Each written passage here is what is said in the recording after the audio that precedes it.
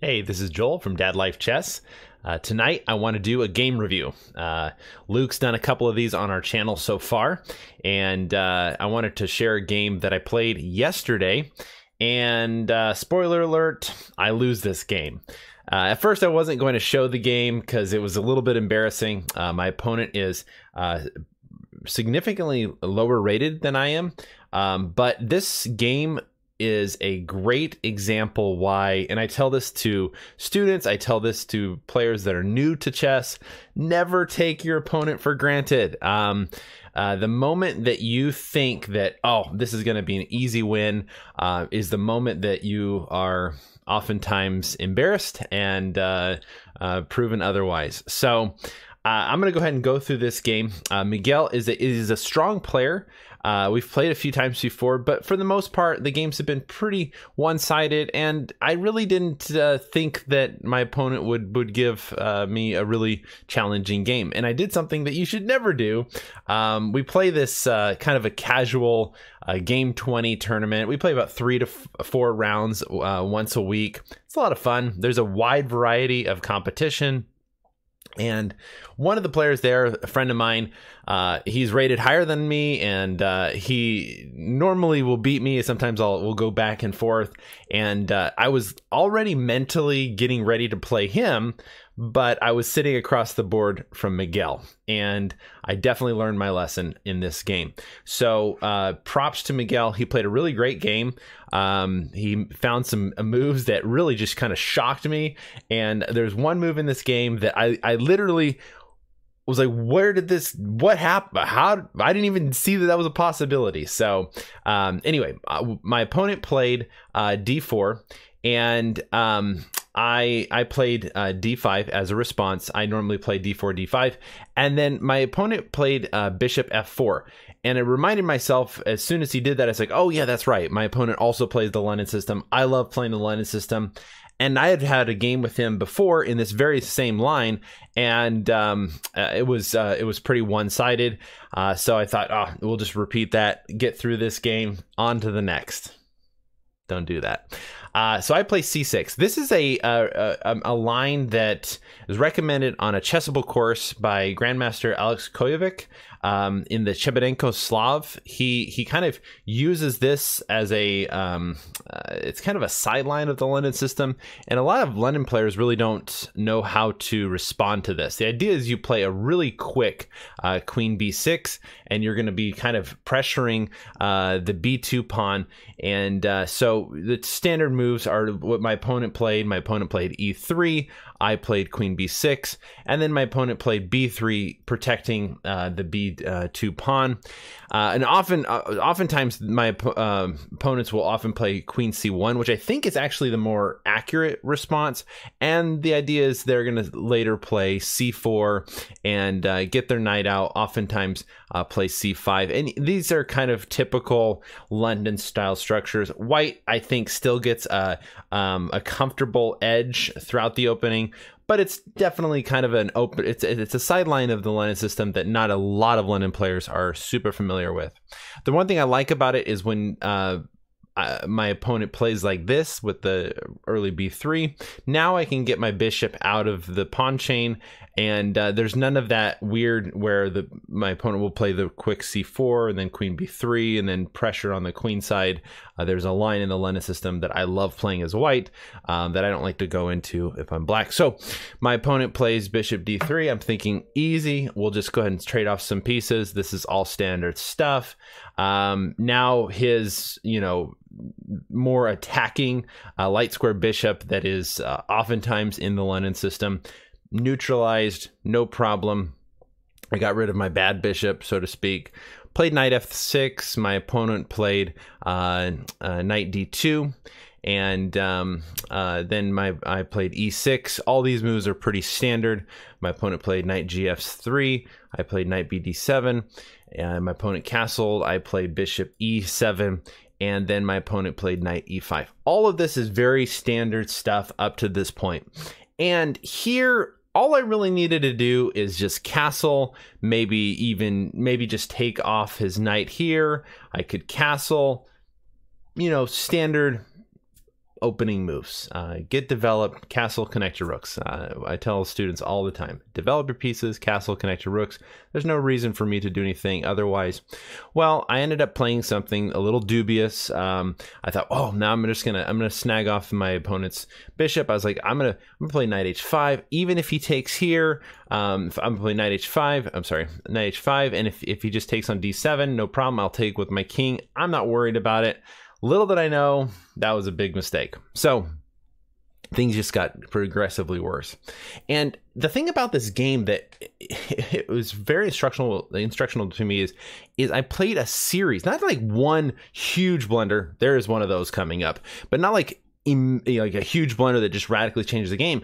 I just was not playing accurate, principled moves, and they compounded upon each other, and inaccuracy after inaccuracy, my opponent started to my position started to deteriorate and started to get worse and worse. So I played knight h5, and my opponent, seeing that he could force me to get my king stuck in the center, my opponent wisely played knight takes d7. Best move according to the Stockfish, and very good. I wasn't worried. I thought, I'm gonna get his bishop. Life is good. I'm gonna take the knight there, no problem.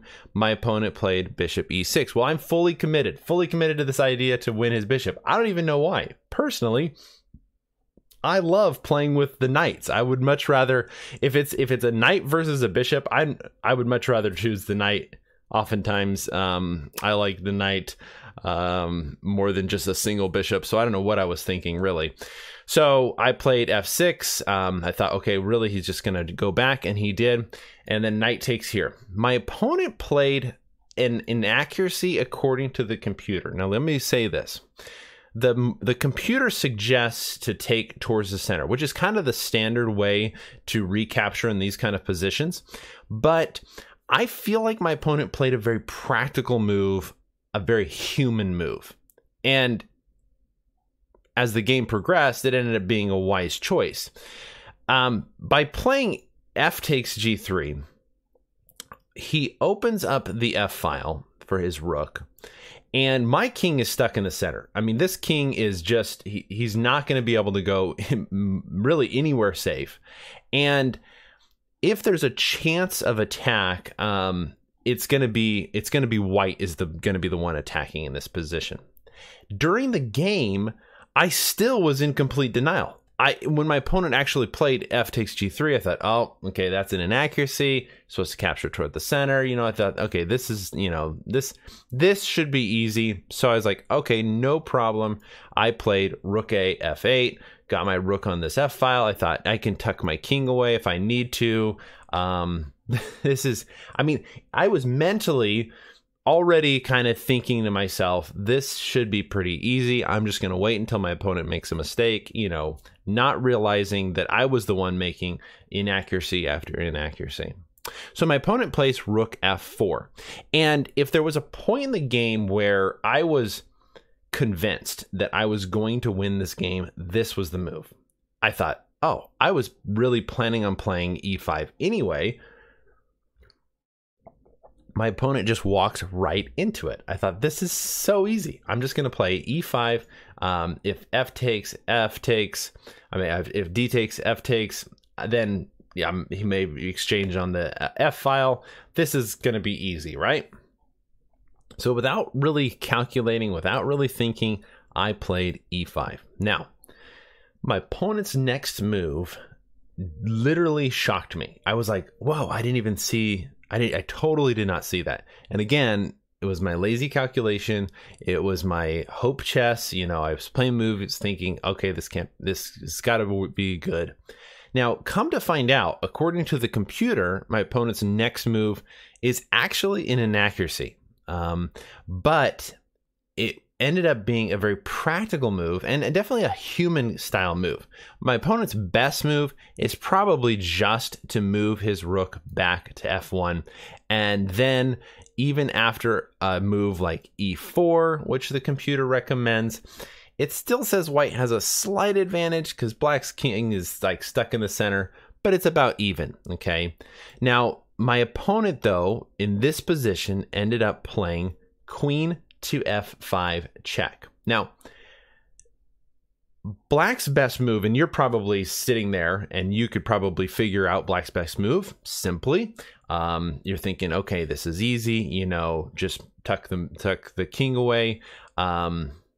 If you want to guess that move, I'll tell you in just a second. What black has two moves that are about equally as good, and kind of at this point the computer gives black like a pawn and a half advantage. So that move, queen f5, was actually an inaccuracy, maybe even a mistake if you want to call it that. So black's best move is literally just king c7. Okay, just get the king out of that place. But again, and here comes the reason why I did not make that move. I thought that if I play king c7, that my opponent can take here, and then after takes back,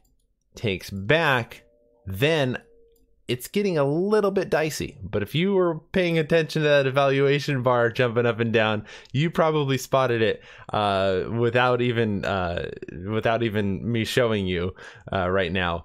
If my opponent were to respond to king c7 with d takes e5, then that is a double question mark move, because queen takes e3 check, forking the knight and the king, and there's even no reason to take back with this pawn. The king moves, and this is just absolutely crushing for black. So I completely missed that. So instead of just thinking through, realizing, okay, I was surprised, I didn't see that my opponent had a check on f5, why don't I just calculate? The other move is also king d8. King d8 is simply just as good according to the computer, kind of the similar ideas. And then black is really just kind of forced to go back to f3, and then things like takes or even g6. There's options here that the computer is recommending. But when my opponent played this this move, let me go back here. When my opponent played queen to f5 check, I did a very dumb thing, I should say. I played king d6. Okay, now from the moment that my opponent plays queen f5 check, every single move that my opponent makes until the end of the game is a check. And I was not seeing all the possibilities. My king, look at my king. It's just stuck here in the center, and all of my pieces are kind of just not really doing a whole lot. This rook is like in no man's land. This rook is, you know, working on the F file here. This bishop is, the light squares are really weak. My queen is offsides, and my opponent is going to get all of his pieces into the attack. So my opponent played in this move, my opponent's next move was d takes, okay? And at this same point, my best move is to move king c7. Get out of the way. The threat is here. Okay? So something like this falls to here. Same kind of situation.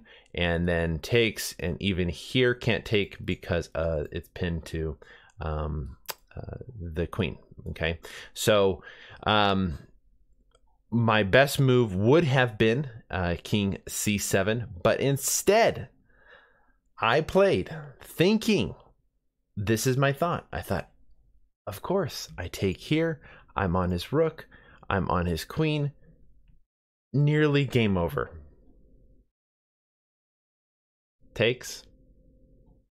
If there was not this next move, then yeah, I'd be in a good situation. My opponent would have to move his queen.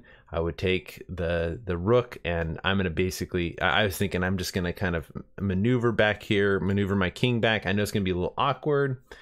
This next move shocked me. Absolutely shocked me. Knight E4 check. It actually, I was sitting across the board, and it's kind of one of those emotional roller coasters, because at this point I'm just thinking to myself, I won this game. You know, this is easy win. Go into the next game, and I was about to. I was ready for my opponent to resign. You know, and then out of nowhere, my opponent plays Knight E4 check, and I remember kind of being a little bit startled, and I'm looking down at the board and I'm thinking to myself, what? I completely missed this. I absolutely missed this, which is horrible. And the idea is, if I take, and I'm calculating these things, I'm like, oh, that rook's coming in and things are about to get really, really dicey. Now, ironically, it's very hard to see this. Knight E4 is kind of in inaccuracy, because there's another move, and I'll go ahead and see if you can see it. There's another move in this position that's actually better, according to the computer.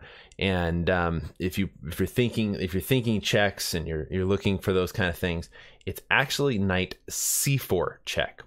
And it's not as easy to see this, because now I take check. King is forced to go to King C7, takes King C8, Queen E6 check, King B8. Now Rook takes, forced to take with the Rook, Queen takes here. And it forces a line that we ended up getting into, or very similar to the line that we got into. But according to the computer, Knight C4 is more accurate. My opponent played Knight takes Knight E4 check. Now, I thought about this for a while, and I was trying to figure out what I should do. King C7, I was looking at this, and I realized this falls into here. And I thought, can I go here or here? Here, it just looked incredibly dicey, and I didn't know if I wanted to go into this. So instead, I took the knight, which ended up being, again, another mistake. And here we have check. Now, obviously, I can't do things like this. At this point, I'm thinking, what's happening? This just falls. This is absolutely horrible, as that is checkmate. So I thought, okay, now I got to go back down. So I played King C7, and now things just go from bad to worse. My opponent plays Queen D7 check, takes, and my opponent plays Rook takes F8 check. Okay, his rook was hanging, if you remember. And I thought, well, okay, now I can still be up a piece. Things are good. I might have like got out of this by a miracle. So I play bishop takes F8. If you're paying attention, that little plus M2, main 2, and my opponent saw it. Queen E8, and I just knew exactly what was going to happen after this.